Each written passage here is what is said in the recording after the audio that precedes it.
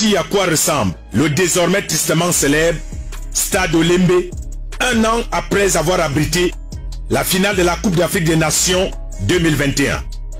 Le Stade Olembe est devenu comme le Stade Trimobé, oublié, hué et complètement humilié, qui aujourd'hui nous amène tous à faire, comme on dit en langage populaire au Cameroun, les pleurs du Mbolé.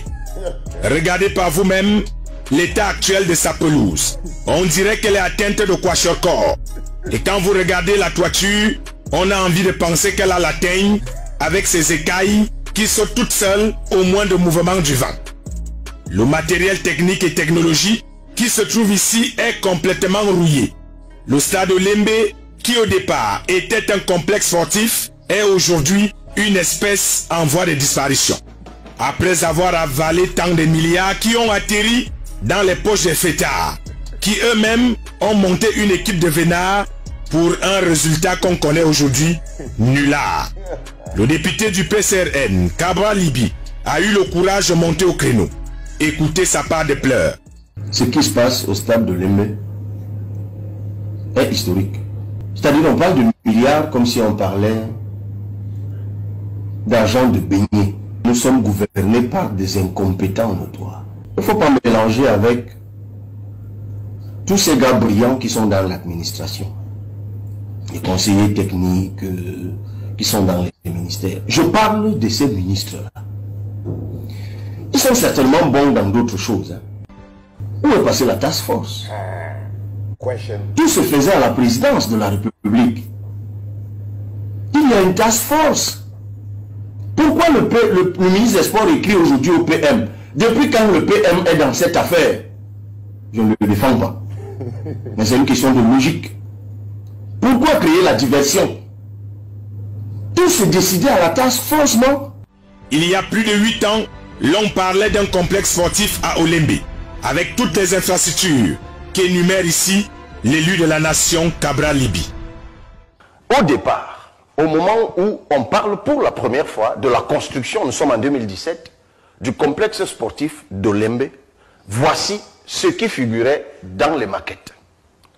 Un stade couvert de 60 000 places, 2 terrains d'entraînement de 1000 places chacun, avec tribune couverte, un gymnase de 2000 places assises, un musée, une piscine olympique de 1000 places assises couvertes, 2 terrains de basketball non couverts, 2 terrains de volleyball non couverts, 4 cours de tennis, 2 en béton et 2 en terre battue, pour un champion comme Rafael Nadal, justement, des espaces commerciaux et des galeries marchandes, un hôtel 5 étoiles d'au moins 70 chambres, des parkings, des voiries et réseaux divers, une plateforme hélicoptère. Le tout pour un coût total de 168 milliards de francs CFA.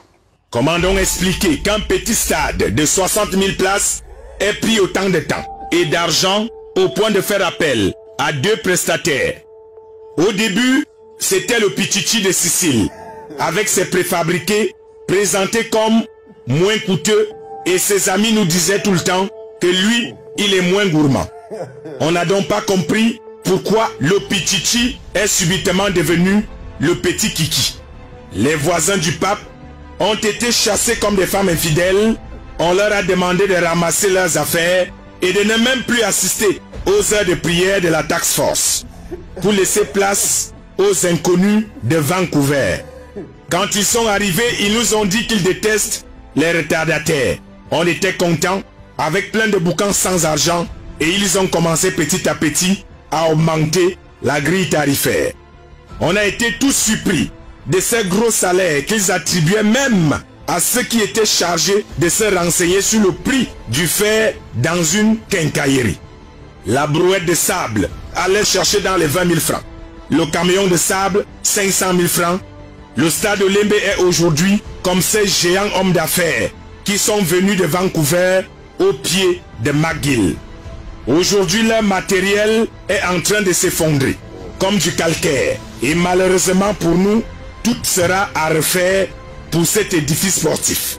Mais avant, il faudra peut-être se défaire de tous ceux qui nous ont plongés dans cette sale affaire et qui nous donnent aujourd'hui la honte mondiale qui nous laisse tous un goût très amer. Bonsoir les enfants, c'est papa. Bienvenue dans le dernier de la journée, hein?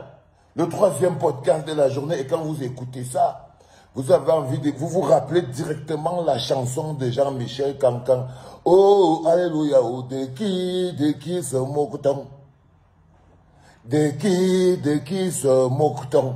Et que quand tu écoutes même que c'est à Vision 4 qu'on est en train de parler ça, le cimetière de la fortune publique. C'est-à-dire que s'il y a un endroit aujourd'hui où il y a le plus gros scandale encore de quelqu'un qui a croqué les milliards, c'est-à-dire que lui il a pris les 53 milliards pour les lingeries. C'est-à-dire qu'un gars comme Amogo Belinga, lui s'est pris les 53 milliards pour les rideaux, 55 milliards pour les lingeries, 70 milliards pour les papiers, lui il livrait tout. C'est chez lui. C'est dans sa télévision Vision 4 qu'on est en train, qui est en train de pleurer maintenant que non, l'autre gang, celui de la task force, dirigé par l'homme à la punk, est un gang tellement compliqué qu'ils ont totalement surfacturé, ils ont niqué tout le monde et ils ont pris des milliards et des milliards pour un stade qui n'est pas fini. Quand on a fini de faire le malin, la première question qu'on a toujours envie de se demander, si on doit rester clair et cohérent dans notre logique, qu'est-ce que le professeur Alain Foguet fait encore en prison? Parce que c'est ça qui les a amenés en prison. Ce sont ces revendications-là qui les ont amenés en prison. Qu'est-ce que le mec qu'on appelle Biboun Isaac, en ce moment mon poteau, le Mamba Noir, qui lui n'est même pas sorti de chez lui, fait encore en prison? Qu'est-ce que Awassou, Mispa et toute la centaine d'autres prisonniers font encore en prison? Parce que le constat est là. C'est pour ces raisons-là, et seulement pour ces raisons-là, que ces braves Camerounais qui sont aujourd'hui incarcérés illégalement et injustement, c'est pour ces raisons-là que ces Camerounais se sont levés. Pendant que les autres étaient très concentrés à lécher l'huile de la sardine de leurs mains, à se faire les poches, à s'assurer qu'ils vont réussir déjà à se faire une place dans la vie, ces braves Camerounais-là, ce mouvement-là, eux, ils se sont levés pour dire « Nous ne pouvons pas continuer de construire un état de non-droit, un état d'injustice et un état de kleptomane dans la kleptocratie. » Ces gens, on leur a collé des motifs insurrectionnels. Quand je chante la chanson de Jean-Michel Cancan, permettez que je chante encore ça. Eh, alléluia, eh. Mais de qui se moque-t-on? Permettez que je chante encore la chanson de Cancan toujours. Eh, alléluia, et de qui se moque-t-on? Quand vous vous rendez compte que c'est à Vision 4 qu'on est en train de se plaindre des détournements, des milliards. Vision 4, la télévision d'Amogo Belinga. C'est-à-dire que le prince du marché public au Cameroun, le patron de la livraison du marché public au Cameroun, c'est-à-dire qu'il n'y a pas quelqu'un qui a réussi à être plus que lui. Il réussit à livrer des cure-dents de 40 milliards. Le gars, il réussit à livrer des cure-dents de 40 milliards. C'est-à-dire que si on commence à arrêter maintenant les gens qui ont fossoyé la fortune publique au Cameroun, le bonhomme là, c'est l'hôpital qui se fout de la charité. C'est l'hôpital qui se fout de la charité. Mais dans un sens ou comme dans un autre, c'est le peuple camerounais et c'est le Cameroun qui a été mis en mal dans tous ces détournements. Mais je veux qu'on reste cohérent envers nous-mêmes, qu'on se pose la question fondamentale. Si on est sûr et aujourd'hui certain que voilà, il y a eu détournement, on a été accusé de tout. Antipatriotes, les gens qui ne disent jamais ce qui est bien. Vous ne pouvez pas vous asseoir et venir répéter ce que des gens ont dit. Vous les avez emprisonnés pour ça. Vous les avez mis en prison pour ça.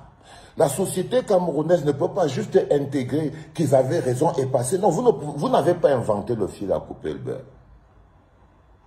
Le scandale de la CAN est inscrit sur les logiques pour lesquelles ces braves Camerounais militants du MRC se sont levés et pour lesquels ils ont été arrêtés. Sous le coup d'une quelconque logique insurrectionnelle, bien inventée. Vous le savez. Vous ne réussirez pas donc à avoir la justice si vous ne pouvez pas rendre la justice.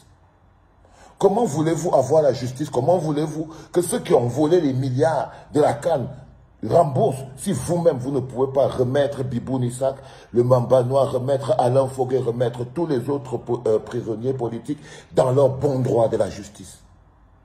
Pourquoi voulez-vous la justice, peuple camerounais? Pourquoi voulez-vous réclamer un remboursement? Un remboursement, si jamais vous n'êtes pas capable de vous rendre compte que là, on est face à une grosse injustice qui insulte même notre dignité en tant que Camerounais. Des Camerounais, aujourd'hui, on peut être sûr, ont été emprisonnés, sont arrêtés pour avoir porté des revendications qu'aujourd'hui, d'autres Camerounais essayent de porter comme si les autres avaient disparu. Non, il y a quelques temps encore, les mecs, ils ont pris 7 ans de prison chacun. Ils n'avaient aucune raison d'être en prison. OK? Donc, je veux bien qu'on soit en train de s'amuser avec tout ça, mais le plus important, c'est qu'on ne peut pas. On ne peut pas avoir la justice si on ne peut pas rendre justice. Vous ne pourrez pas avoir la justice si vous ne pouvez pas rendre justice.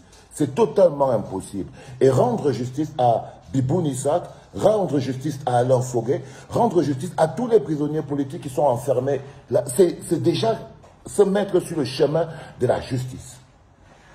Sinon, le reste n'est que flagonnerie. On va chanter encore la chanson de Cancan. Et alléluia, de qui se moque-t-on? On dit que grand frère, si tu es dans des situations compliquées en ce moment, si tu traverses des moments très compliqués en ce moment, traverse seulement, mon petit. Traverse. C'est ton tour. Tu ne peux rien faire. C'était papa et c'était le dernier de la journée.